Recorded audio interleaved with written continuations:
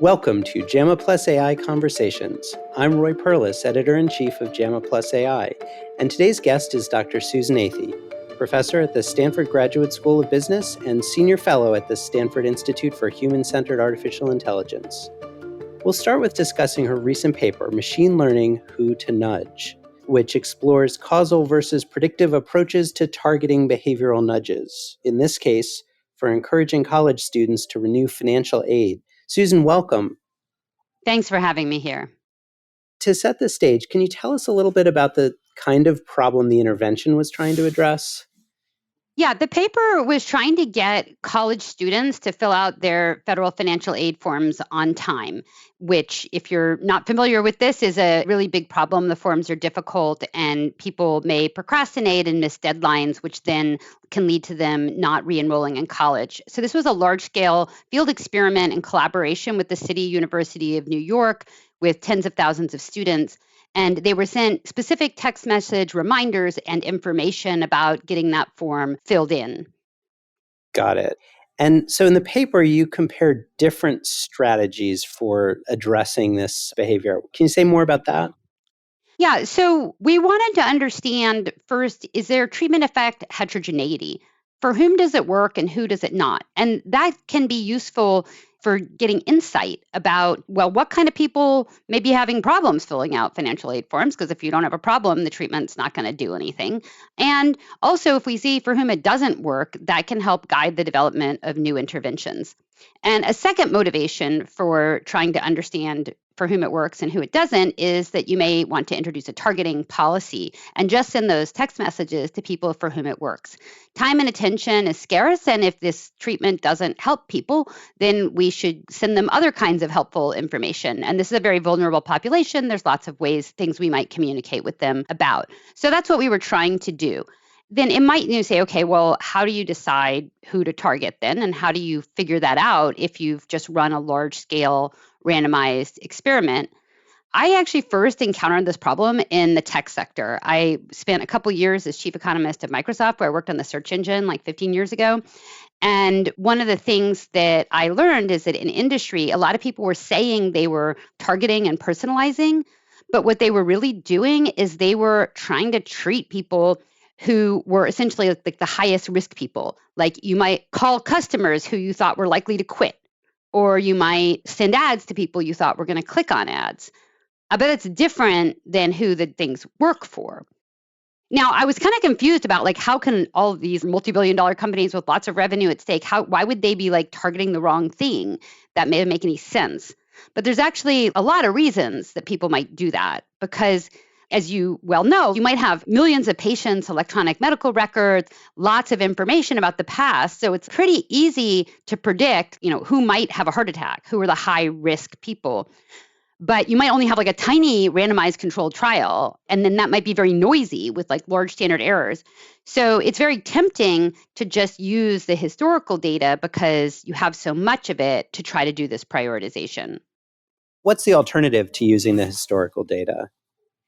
Well, so if you do have variation in intervention in your data, like a historical randomized experiment or perhaps a natural experiment that affected who got the treatment in a way that's unrelated to people's health outcomes, then you can use methods like ones that I've developed. So what I noticed 15 years ago was that there were all these great new machine learning methods, but this problem of predicting causal effects had not really been addressed. And so it's not just the lack of data. The other problem is when you're trying to do prediction, like you have a whole data set, you have people's characteristics, and then you see, like, did they have a heart attack? So for each patient record, there's like the X's, what their characteristics were, and the outcome. But for causal effects, people don't have their treatment effect in their EMR. The treatment effect is something you estimate from multiple patients by comparing treated to control units.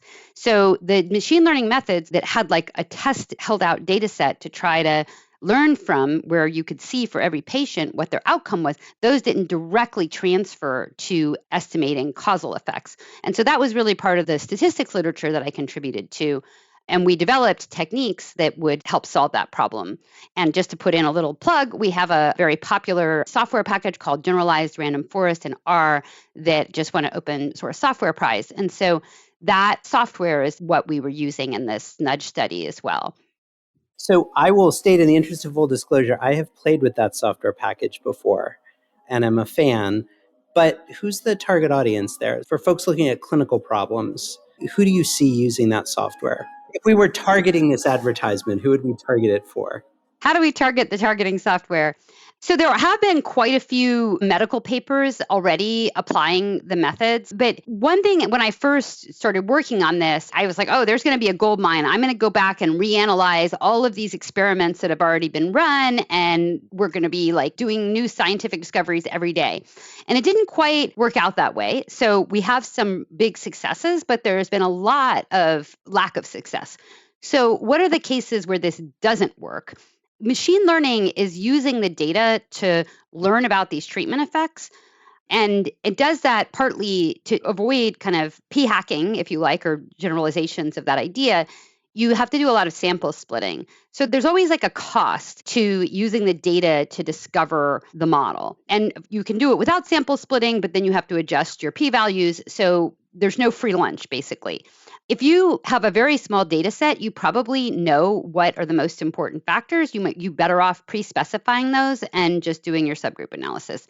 And if hundreds of observations, just unlikely that these techniques are too like data hungry to work. So generally you need at least like thousands of people in the experiment. And then more than that, like the statistical power needed to get treatment effect heterogeneity is pretty large. And especially if you're even treatment effect heterogeneity is easier, trying to get differential targeting is another thing. Imagine you have 3 drugs. It's like hard enough to say that like something works relative to nothing. If you're trying to say that like one drug works better than another drug where both of them work, wow, like that's hard. Not so many examples of that. That's usually need really large, expensive trials to do that. Then you add on top of that I want to say this drug is better for these people and this other drug is better for these other people. You need kind of 10 times as much data as you would for the basic, is there a treatment effect at all or more? Or, of course, data, I'm imagining that the treatment effects will hold constant, or you need like very strong signal. Now, of course, sometimes there's like a genetic thing. This drug literally doesn't work or it has this terrible side effect for some people and another, and that will pop out of the data. But for more subtle effects, you do need larger studies. So I think that's really been the main impediment. And when you go back through like just registries of clinical trials, one of the things as an economist, actually, I realized later, is like, wow, why are all these things like all just barely powered? Like, why are there so many clinical studies with a t-statistic of 2? And of course, people did the power calculations and they had like some data already when they planned the experiments. And you tend to, if you have more data, maybe you add another treatment arm or something else, like you don't actually just way overpower an experiment. So in my own research, I've actually ended up running my own experiments that are more designed to get heterogeneity. And I've also had a lot of luck when there's very big administrative data sets and there's a really good natural experiment. Then you have lots of data, but former clinical trials are they're sort of selected to not be good because the researcher themselves didn't overpower their own experiment. So that's why maybe this isn't so useful. But nonetheless, not to say it's not out there, like in any discovery, it's going to save lives, save money, it's worth doing. It's just that there's not like a whole bunch of low-hanging fruit. There's no dollars lying on the sidewalk. Well, but what you just said, I think, explains a lot of the failure of precision medicine, maybe outside of oncology, where, as you said, there's a single variant and it identifies a strong main effect. Like, we design in these big clinical trials are so expensive that they are barely powered, right? And they're never powered to do these secondary sort of analyses of heterogeneity. So it's actually, in some ways, it's sort of a miracle that we ever find anything. Yeah, I would agree with that. And I also think there's sort of a public good aspect to it when you think about it, that actually no individual creates the right data set. And so this is something where, public health or government funding, pooling data sets, like those kinds of ideas could be beneficial.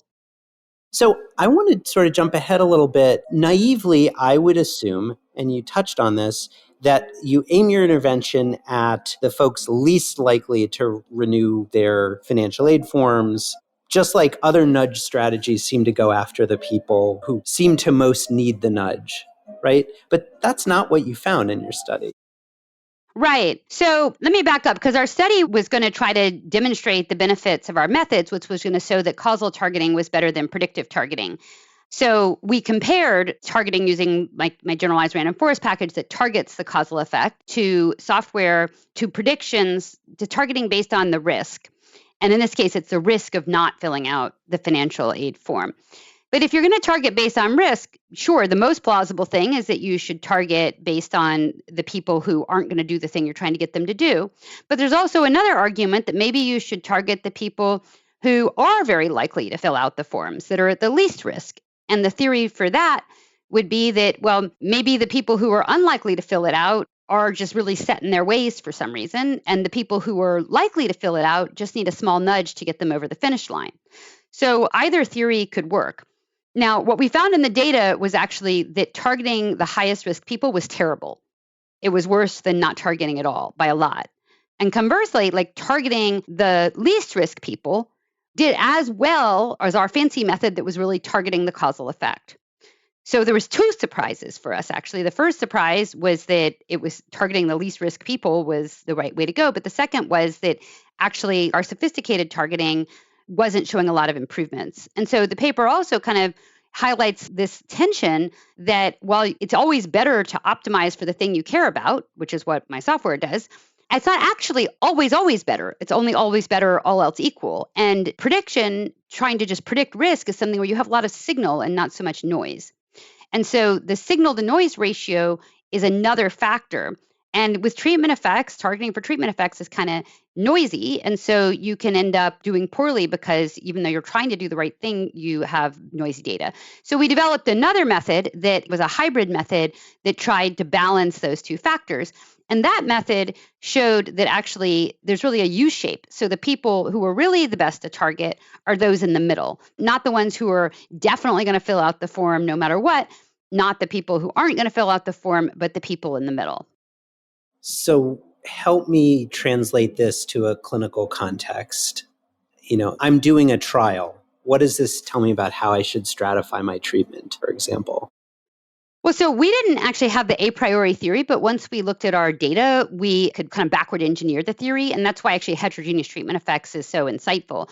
So we saw the people for whom this was ineffective were people who were unlikely to re-enroll. So like we could identify from other characteristics in the data that some people just weren't that attached to college at all.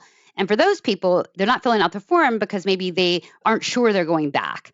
So part of the predictive success was that we were actually picking up this underlying concept of people who were really attached to college, and that's why they were amenable to the treatment.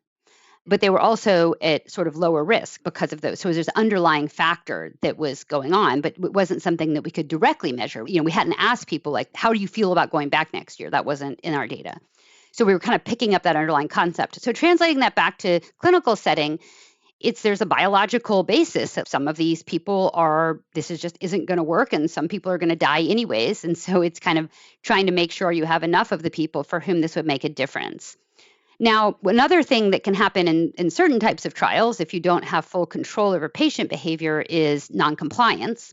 So another force that can lead to these heterogeneous treatment effects is differential noncompliance. So if you have a certain type of person who's unlikely to comply, that's also going to affect your behavior. So in any experiment where you're really expecting noncompliance, and that noncompliance might be predictable, it might be highly predictable by your previous characteristics, then stratifying that way or planning your experiment to look for heterogeneity that way is important, because then you're not even really revealing the impact of the drug. So my software and my theory actually works for instrumental variables, which is a technique that accounts for noncompliance if you actually can measure the compliance. And I actually have a recent paper in the BMJ that does that. Maybe we can shift to talk about that at some point.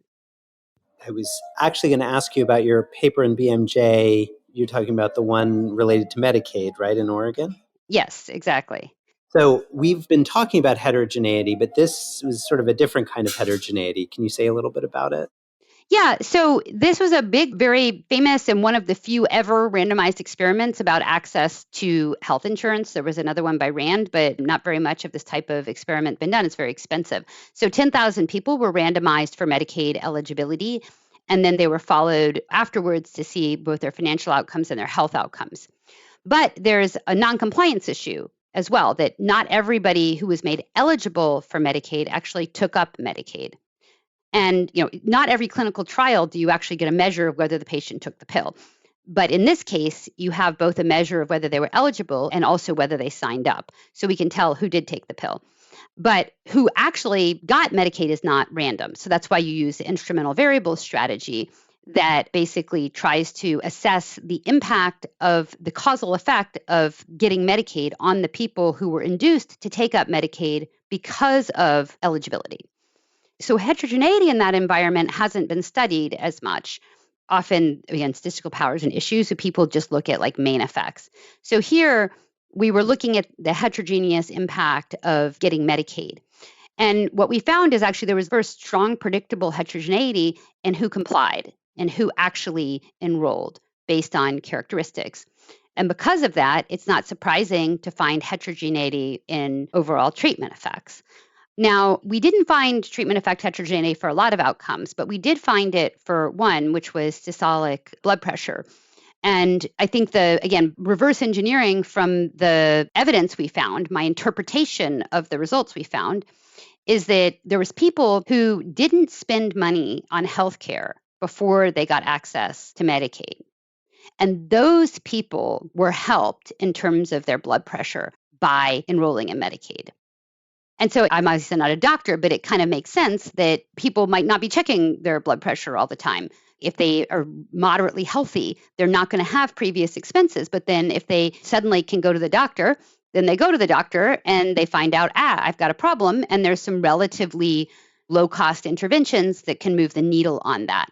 Now, the effects are small, and I don't want to overstate them, but this is a public health intervention. So we're not measuring the effect of like giving a set of people blood pressure medication. We're measuring like the average effect across everybody, including people who might not have blood pressure problem, of getting access to insurance.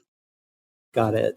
So you've been very patient with me jumping around topics. I feel like in the concluding minutes, there's one more thing I wanted to ask you about, which is you spent 2 years at Department of Justice as their chief economist in antitrust, if I understand correctly. That's right. I guess I want to ask, since I don't get to talk to the chief economist very often, what did you learn that's relevant to health? So did you have takeaways for, most of our listeners are docs or other clinicians or work in healthcare or lead healthcare systems. What did you take away from your time there? Yeah, so when I went in, I actually thought I was going to be doing general antitrust. And also I brought a lot of teach people about AI and modern methods and also regulate those industries. But there's a lot going on in health. There's a lot of mergers and acquisitions in health. There were mergers that we tried to block. There were conduct investigations. And over all of that, of course, I can't talk about anything confidential, but I talked to a lot of people about a lot of problems. And we had a lot of open-ended conversations and conferences and so on, and people writing comments in about what was happening in the health system. And I think I came out very, very alarmed. I think if you're not watching the system very, very closely, you think that the problem is your provider network or your HMO, your insurer. The nurses may be mad at their boss or their hospital, but they're not seeing that actually our health system today is wildly different than it was 10 years ago. And every year it's changing. And the way that it's changing are both horizontal acquisitions, hospitals merging, a ton of that, huge changes in the hospital landscape in the last 20 years. No, hardly any independent hospitals left. But also a lot of things are just not visible. One company is buying a related company, like United bought Change, a data provider. That's the one that got hacked where all the prescriptions couldn't get filled for a month. DOJ tried to block that merger and we lost. And you can see what happens with consolidation. You lose resilience. One provider can screw up prescriptions for the entire country. But also, I heard about how after consolidation, providers are often unhappy. And then a lot of them are opting out and moving out of the insurance-based system altogether. And anytime a doctor leaves that was seeing 1,000 patients or 3,000 patients and moves to seeing 100 patients or 200 patients out of the insurance with 5 times the cost, that's taking a huge amount of capacity out of the system. So we're seeing that more in the cities. And then in the smaller cities or the more rural areas, they're just seeing lack of access, or literally like when an employer is trying to get health insurance, they only have one choice and the prices are high and they have no negotiating leverage. And so they don't actually, there's a paper recently showing they don't hire as many workers because the cost of insuring the workers is so high. So overall, I just want to sound like a huge alarm bell. It's not just you. I talk to a lot of people. A lot of people are not just mad, they are outraged, they feel helpless, they feel they can't provide care, they can't receive care, they're spending all this money. So I think, the system is kind of imploding. It wasn't set up to be this concentrated. We were set up to have inefficiency with competition, and we would tolerate the inefficiency to get the competition. But if there's no competition, then we get not just inefficiency, but sort of people really feeling like they're vulnerable, like their lives, theirs and their loved ones and their children are kind of beholden to things they can't control and they have no choice. So I think that's a big concern. I'm hoping that AI will help alleviate some of that capacity, but we're going to need to build really good things really fast to just compensate for the capacity that our system is losing. So, Susan, my first response is yikes. And my second is I think we're going to have you back on for a part 2 and discuss specifically how AI might fix that. In the meantime, that's our time for today. I want to thank you for joining us. For listeners who do want to read more, we'll put links to your papers in the episode description. This episode was produced by Daniel Morrow at the JAMA Network. Thanks for tuning in to JAMA Plus AI Conversations, and we will see you next time. This content is protected by copyright by the American Medical Association with all rights reserved, including those for text and data mining, AI training, and similar technologies.